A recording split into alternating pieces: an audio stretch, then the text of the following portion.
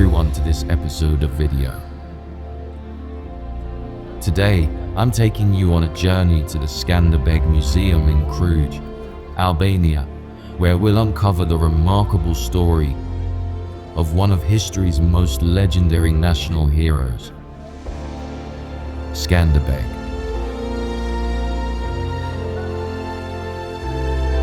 Skanderbeg, whose full name is Gjergj Kastrioti, is known as the Dragon of Albania. He stands as a symbol of courage, wisdom, and unwavering commitment to freedom. A brilliant strategist and defender of his homeland, Skanderbeg remains a timeless beacon of hope and resilience for the Albanian people.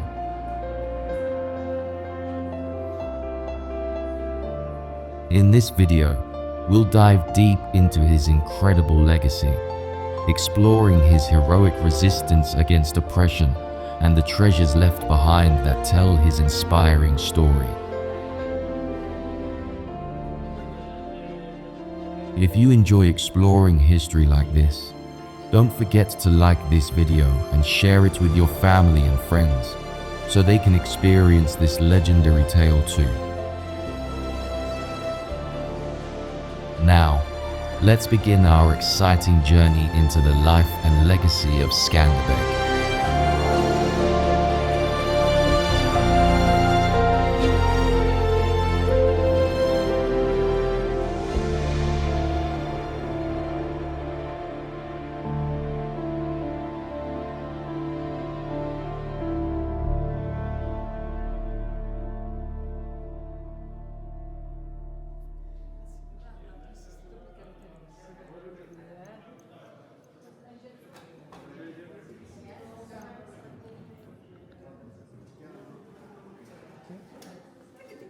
Put it here.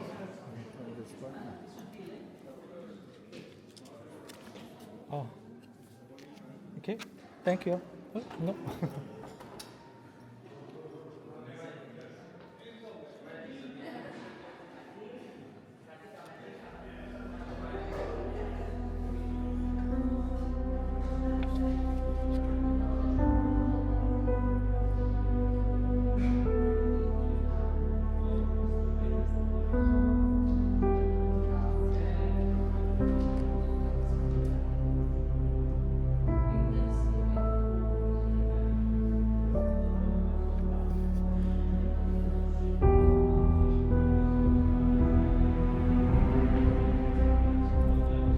In the chronicles of history, there are figures whose legacy transcends time, leaving an indelible mark on their nation and the world.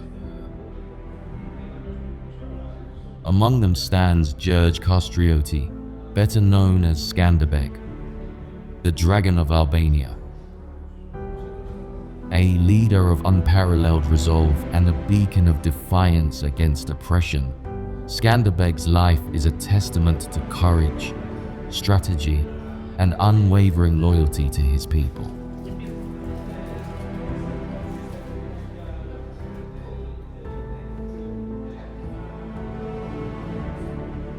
Born in 1405 in the rugged region of Krujë, Skanderbeg's early life was marked by turmoil. As a child, he was taken hostage by the Ottoman Empire, a common practice of the era known as the divshirm, or blood tax. It was here, within the heart of the empire, that he received a formidable education in military tactics, governance, and warfare. Yet, despite being raised among the Ottomans, his soul remained firmly anchored to Albania.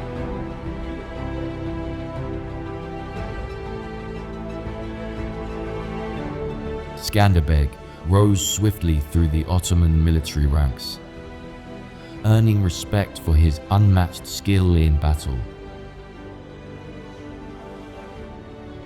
He even earned the title Iskender, a tribute comparing him to Alexander the Great. But deep within, he harbored a dream of liberating his homeland from Ottoman rule.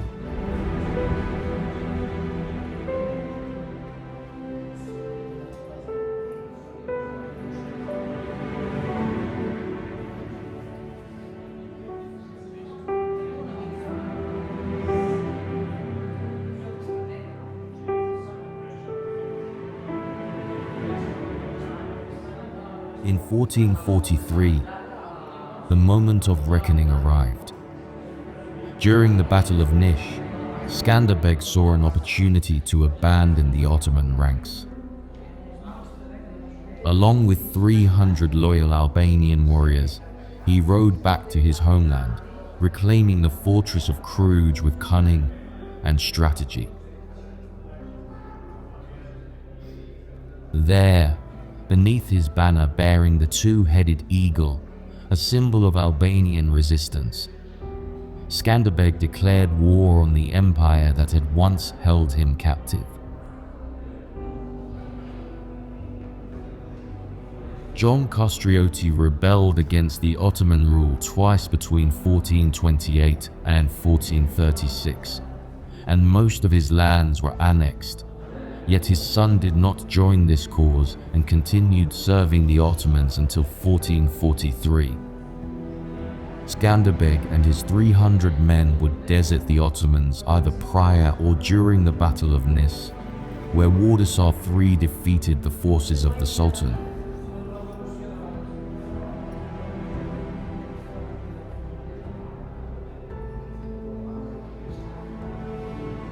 Providing the governor of Krujë with a fake letter from Murad, Skanderbeg took over the city. On March 2nd, 1444, he managed to unite the local Albanian and Serbian lords in the League of Lej, thus forming a strong alliance against his former masters.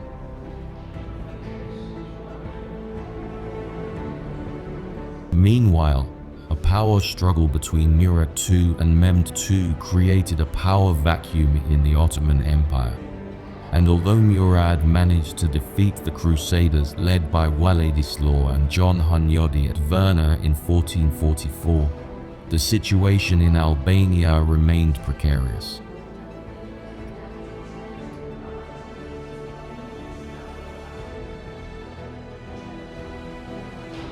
In the June of the same year, Murad sent one of his best commanders, Ali Pasha, along with 30,000 troops to crush the Albanian rebellion.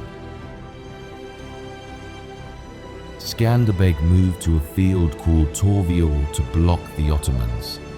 Albanians had a total of 15,000 men, 8,000 cavalry, and 7,000 infantry facing the Ottoman army.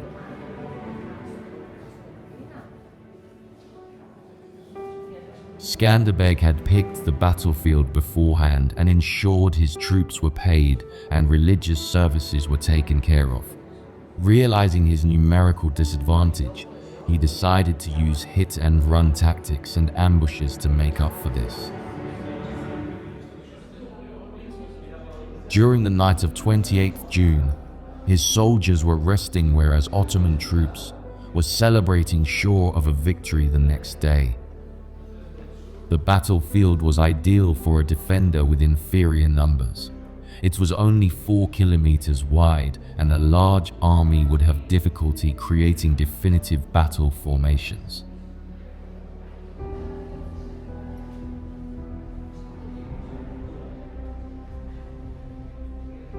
The next morning, June 29th, 1444, Skanderbeg utilized an old but still relevant crescent formation, which he learned during his days as an Ottoman captain, with infantry on his flanks and footmen and archers in the center. He also hid at least 6,000 horsemen behind, divided into 2 groups on the extreme left and right.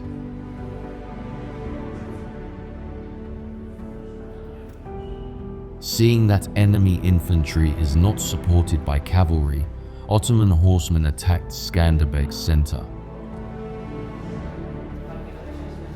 However, Albanian footmen stood strong and managed to repulse the enemy cavalry. Skanderbeg knew that the Ottomans often used the feigned retreats to dislodge the enemy, and so he stopped his troops from chasing them.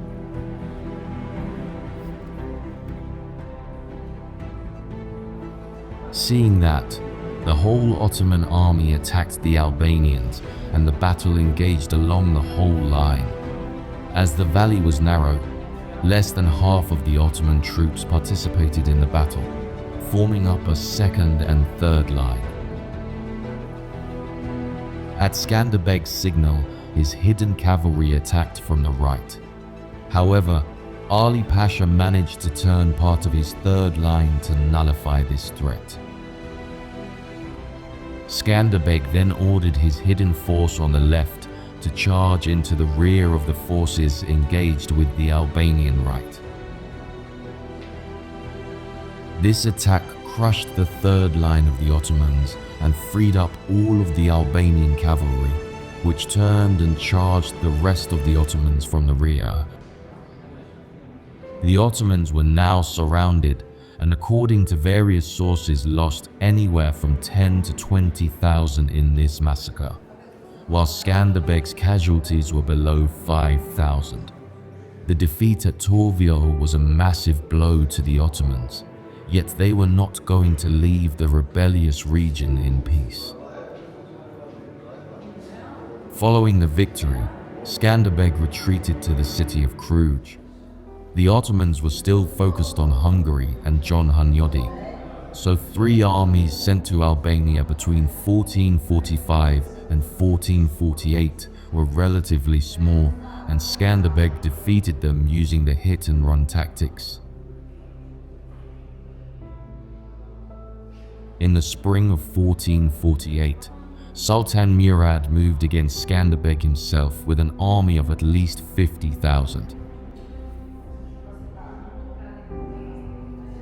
Although the Albanians employed the scorched earth tactics and continually attacked the Ottomans, Murad managed to besiege the important fortress of Svetigorod in May.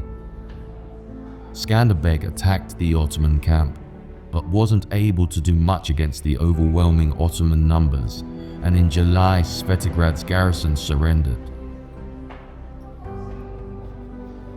Fortunately for Skanderbeg, Hunyadi crossed into the Ottoman territory, and that forced Murad to move against him. Hungarian and Ottoman forces would engage in October at the Second Battle of Kosovo. Some sources claim that Skanderbeg attempted to help Hunyadi, but wasn't allowed to pass through the territory held by the Serbian prince Đurđ Branković. Regardless, the Ottomans won and were able to turn their attention against the Albanians yet again.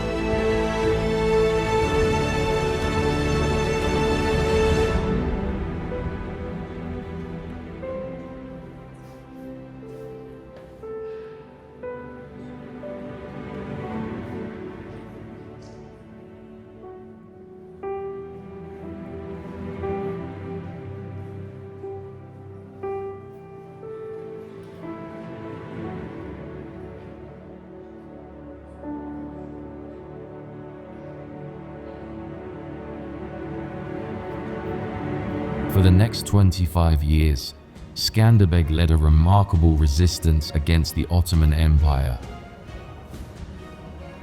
With an army often outnumbered, he employed guerrilla warfare tactics, exploiting the mountainous terrain to outmaneuver and outwit the enemy. His victories at battles like Torvio and Mokra became legendary, echoing across Europe as symbols of defiance against a seemingly unstoppable foe. Skanderbeg's leadership was not merely military. In 1444, he convened the League of Lej, uniting Albanian noble families in a common cause. This alliance was a milestone in the fight for independence and a testament to his vision of a united Albania.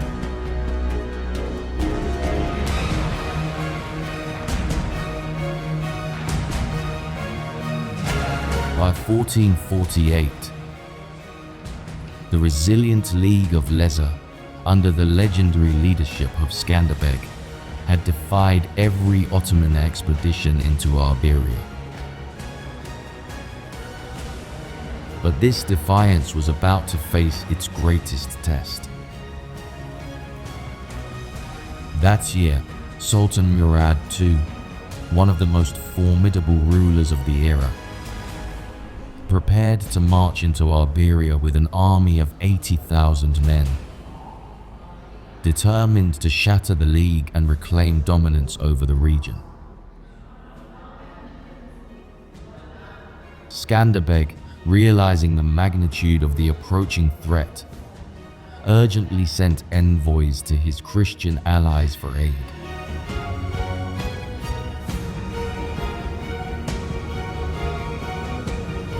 Yet, the response was disheartening. The Venetians, who had previously placed a bounty on Skanderbeg's life, refused to assist. Only Naples and Ragusa offered support, but their contributions were limited.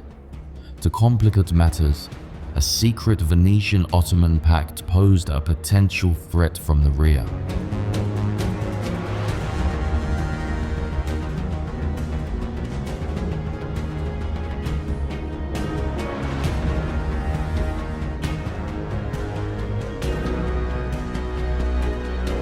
Anticipating danger, Skanderbeg divided his forces. He dispatched 4,000 men under Vranakonti to secure the eastern borders of Dibra, while he led the main army to besiege the Venetian-controlled castle of Danja. As the Ottomans advanced, Skanderbeg left his nephew, Hamza Kastrioti, to maintain the siege at Danja and regrouped with Vranakonti to confront the Sultan's forces.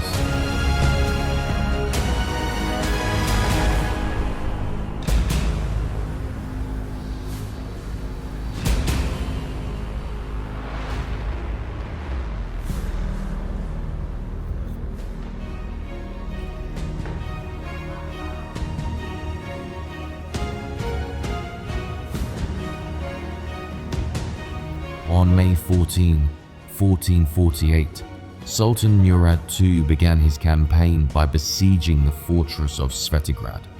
Skanderbeg ordered Vranakonti and Peter Palati to defend the fortress from within, while Arba troops harassed the Ottomans from the outside. Using guerrilla tactics, Skanderbeg's forces inflicted heavy casualties on isolated Ottoman units. Despite this resistance, the Ottomans discovered and cut off the castle's water supply. Exhausted and desperate, the defenders surrendered on July 31, 1448.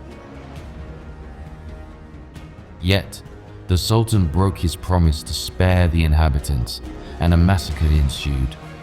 The loss of Svetigrad was a heavy blow to the League. Isolated and weakened, some Arba lords abandoned the cause. But Skanderbeg remained resolute, finding an ally in Janos Hunyadi, a Hungarian general and fellow opponent of Ottoman expansion.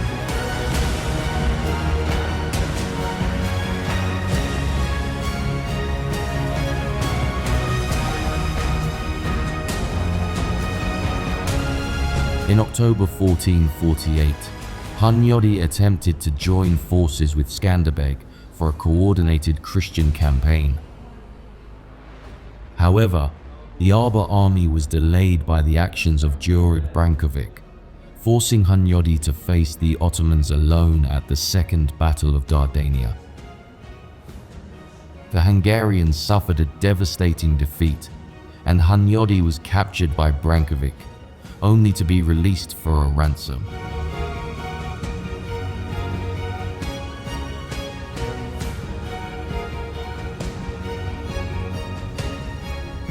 In 1449, their forces took over the fortress of Berat. A year later, Murad arrived in Albania and besieged Krujë. Skanderbeg had opted to take the bulk of his forces outside the walls of the city and appointed Vranakonti as the commander of the garrison. His plan was to attack the massive Ottoman army numbering up to 100,000 from outside walls.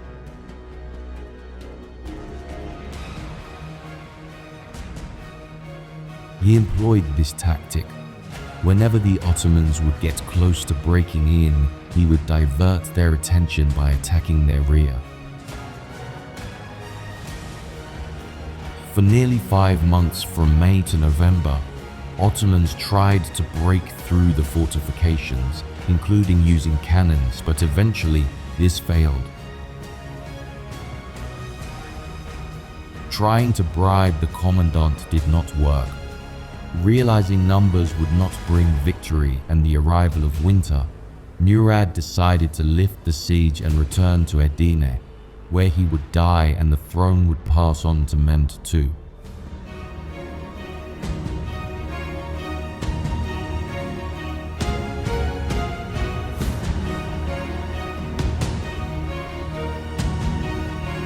In 1450, Sultan Murad II launched his final campaign against Albania. With his son, the future Mehmed II, at his side, Murad marched an army 10 times the size of Skanderbeg's to besiege Krujë. Skanderbeg divided his forces again, stationing 1,500 seasoned soldiers under Vranakonti within the fortress and leading the rest to harass Ottoman supply lines from the mountains. For 5 grueling months, Krujë withstood relentless attacks. Ottoman cannon fire breached the walls, but Albanian defenders repelled the Janissaries and repaired the damage. Skanderbeg's guerrilla tactics continuously disrupted Ottoman plans, forcing the Sultan into a stalemate. Eventually, the approaching winter, dwindling supplies, and Murad's illness compelled the Sultan to lift the siege on October 26, 1450.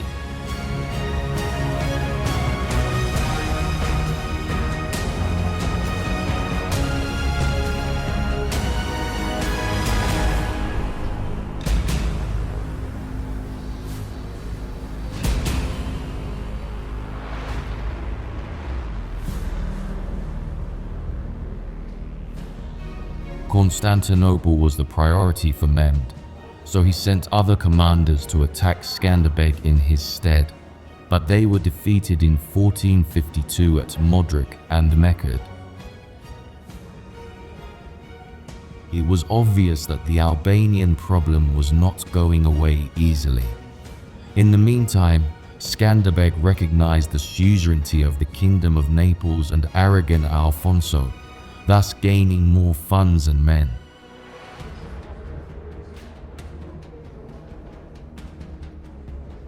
In 1455, Skanderbeg attempted to take Berat from the Ottomans and besieged the city.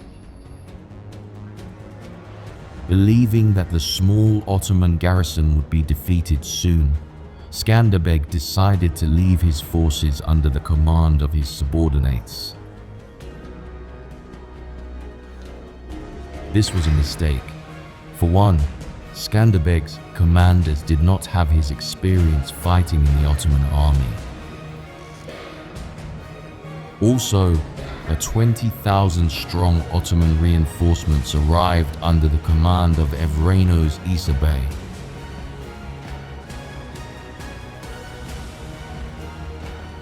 Even though Skanderbeg rushed back to the city and repulsed Evreno's troops, his army neither had the capacity nor the morale to continue the siege and had to retreat. Although not a decisive victory, the Ottomans saw the win at Berat as a sign that the war could be turned in their favor.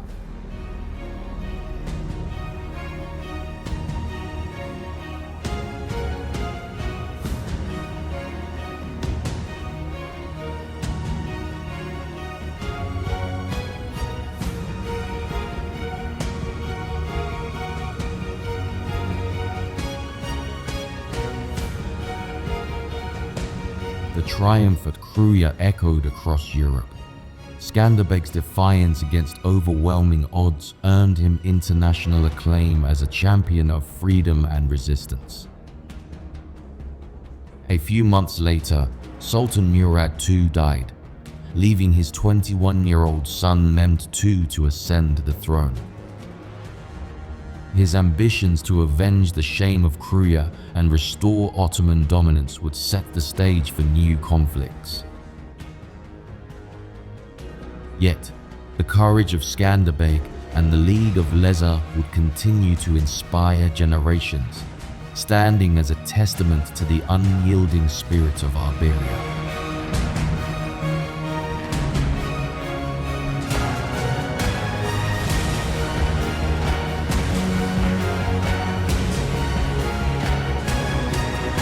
Mehmed's ambitions echoed throughout Europe, to avenge his and his father's defeat at Krujë and to establish dominion over the former Eastern and Western Roman empires. Since the League of Leza's founding on March 2, 1444 until 1450, Ottoman forces ravaged the countryside, destroying farmland, stealing livestock, and burning homes. This devastation led to defections among League members, leaving Skanderbeg increasingly isolated during critical moments.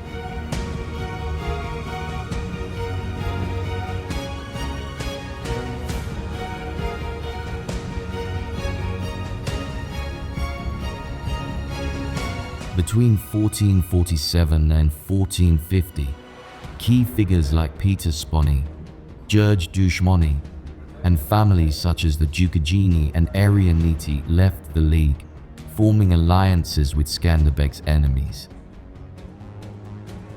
These defections forced Skanderbeg to take decisive action after his triumphant defense of Krujë in 1450.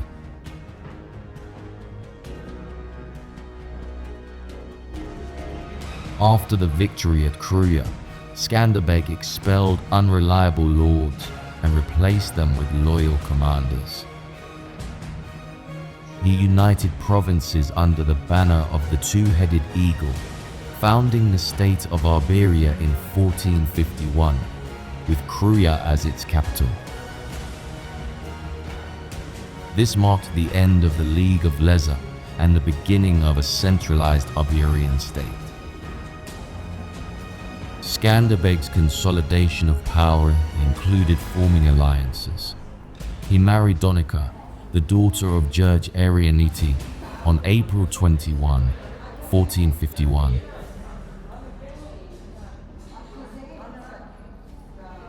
On March 26 of that year, he signed the Treaty of Gaeta with King Alfonso V of Aragon.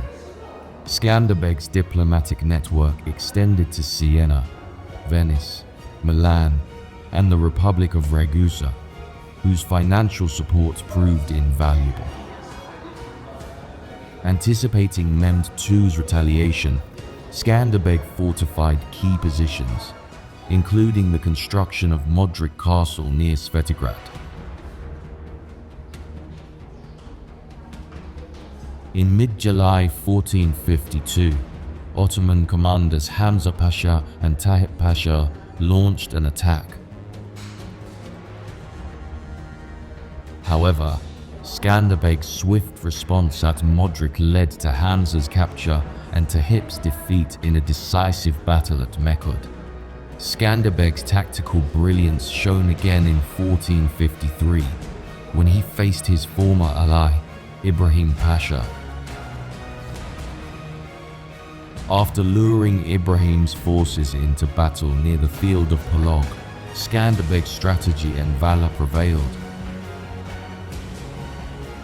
In a dramatic duel, Skanderbeg killed Ibrahim and displayed his severed head, demoralizing the Ottoman troops and securing another remarkable victory.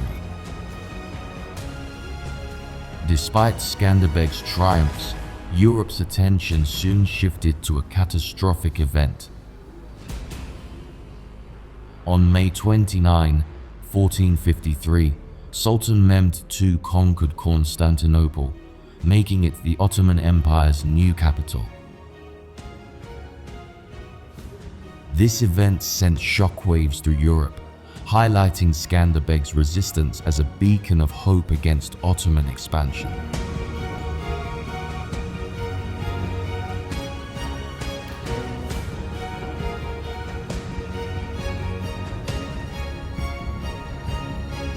After the death of Hunyadi in 1456, the Ottomans gained a respite on the Hungarian front.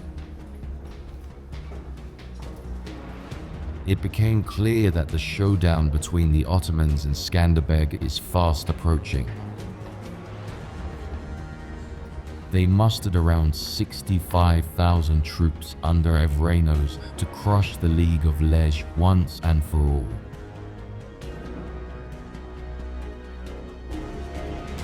As for the Albanian side, Skanderbeg had to deal with a perpetual problem that always bothered him: relatives and allies turning against him.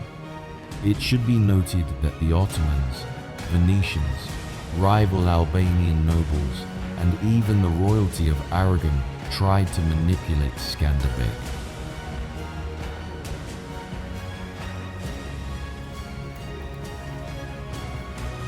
Nevertheless, the prudent Albanian ruler managed to form a 10,000-strong army and prepared for battle against Evrenos.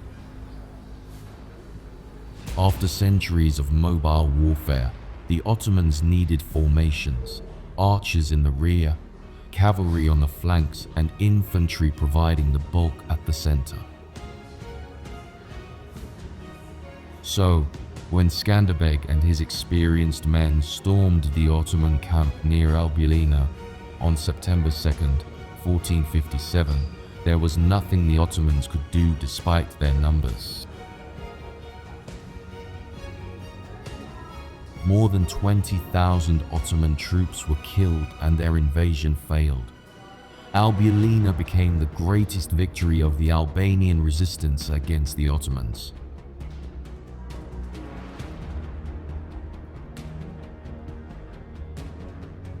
Between 1460 and 1462, Skanderbeg helped his suzerain Ferdinand of Naples in Italy, both as a commander and a diplomat. New Ottoman incursion forced him to return to the Balkans. In July of 1462, he defeated another army sent against him at Mokrë. In August, Skanderbeg entered Macedonia and defeated 3 Ottoman armies in quick succession. This forced the Ottoman Sultan to sign a peace deal in 1463. Yet, when later that year the Pope Pius II called for a crusade, Skanderbeg broke the peace and entered the Ottoman territory in Macedonia and pillaged it. However, Pius passed away before anyone else joined the crusade, so Skanderbeg was left to fight alone with a minimal Venetian assistance.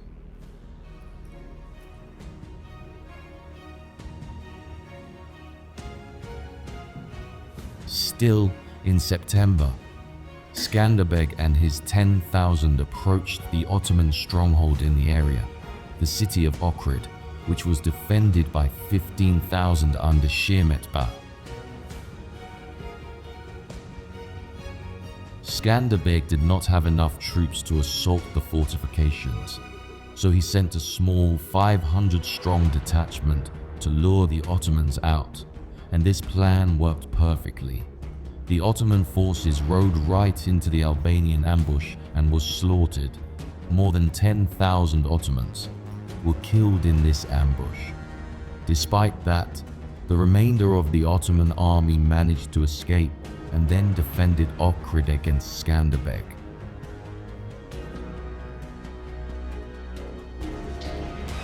Seeing that no crusader support is arriving, Mehmed sent another army commanded by Bolabon against Skanderbeg in 1465, but the Albanian leader was able to defeat his opponents yet again.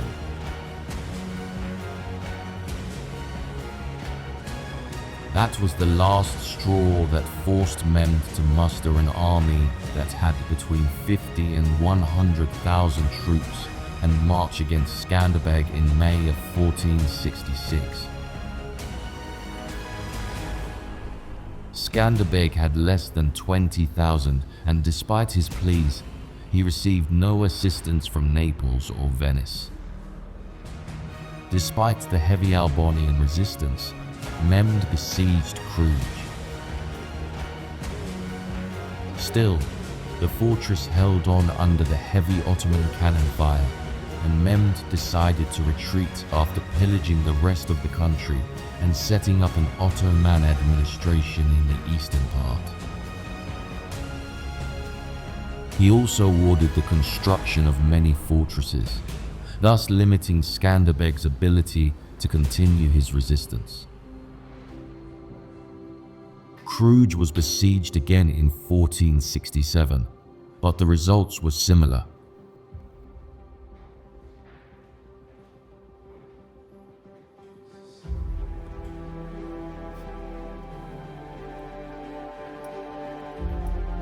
In the beginning of 1468, Skanderbeg died of malaria. Venetians took over the defense of Albania and continued resisting for a decade. Krujë would fall to Mehmed in 1478, which finally ended the 3-decade-long Ottoman-Albanian War. Still, Skanderbeg left his mark on history of the region and was declared the champion of Christ, entering an elite company.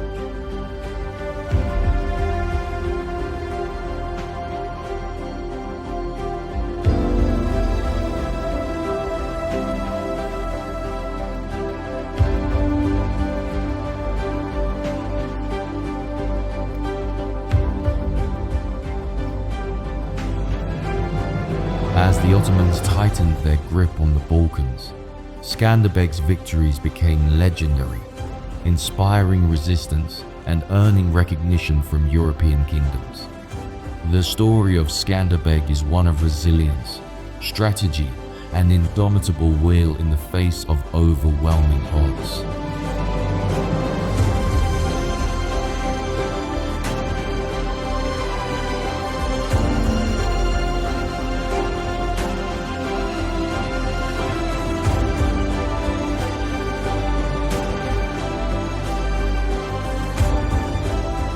Perhaps the most defining moment of his leadership came during the siege of Krujë in 1450. Against an Ottoman force of nearly 100,000 soldiers, Skanderbeg and his 8,000 men held their ground.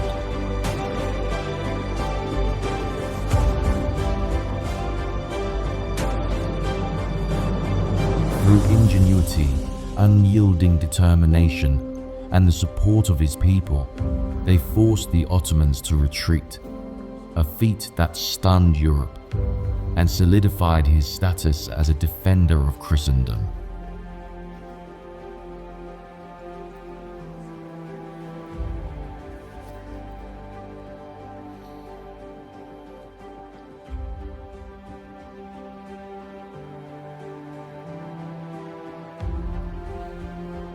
Skanderbeg's resistance inspired admiration and support from European powers, including the papacy and the Kingdom of Naples.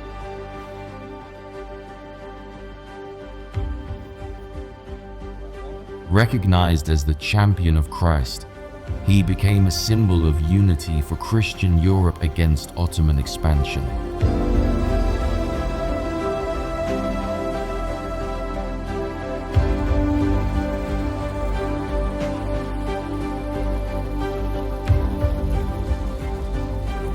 In 1468, the Dragon of Albania took his final breath.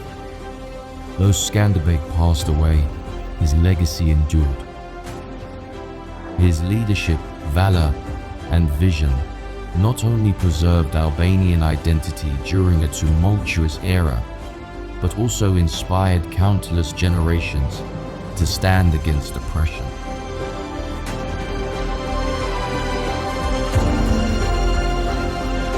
Skanderbeg's story is more than a tale of resistance. It is a timeless reminder of the power of unity, courage, and the unbreakable spirit of a people determined to defend their homeland.